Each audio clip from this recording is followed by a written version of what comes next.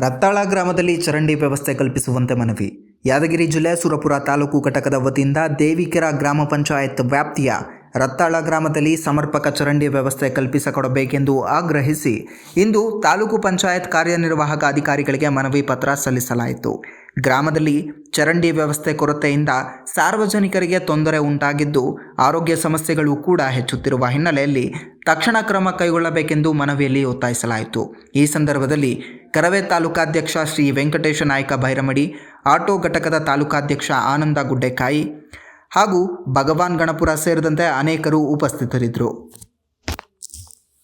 ಕೆಲವೊಂದು ಇಳಿಜಾರಿನ ಮನೆಯಲ್ಲಿ ನೀರು ಹೋಗ್ತಾ ಇವೆ. ಅದಕ್ಕೋಸ್ಕರ ಈಗಾಗಲೇ ಪಂಚಾಯತ್ ಅಭಿವೃದ್ಧಿಗಳು ಸಾಕಷ್ಟು ಬಾರಿ ಗ್ರಾಮಸ್ಥರು ಮನವಿ ಮಾಡಿದ್ರು ಕೂಡ ಇದುವರೆಗೆ ಯಾವುದೇ ಪ್ರಯೋಜನ ಆಗಿಲ್ಲ. ಅದಕ್ಕೋಸ್ಕರ ಇವತ್ತು ನಾವು ಎಲ್ಲ ಗ್ರಾಮಸ್ಥರೊಂದಿಗೆ ಕರ್ನಾಟಕ ರಕ್ಷಣಾ ವೇದಿಕೆ ಇವತ್ತು ತಮಗೆ ಈ ಮೂಲಕ ಮನವಿ ಸಲ್ಲಿಸೋದನ್ನು ಕೂಡಲೇ ತಾವು ಯಾರು ಸಾರ್ವಜನಿಕ ಚರಂಡಿಯನ್ನು ಅತಿಕ್ರಮಗೊಳಿಸಿದ್ದಾರೆ ಅವ್ರ ಮೇಲೆ ಸೂಕ್ತ ಕಾನೂನು ಕ್ರಮ ಜರುಗಿಸಬೇಕು.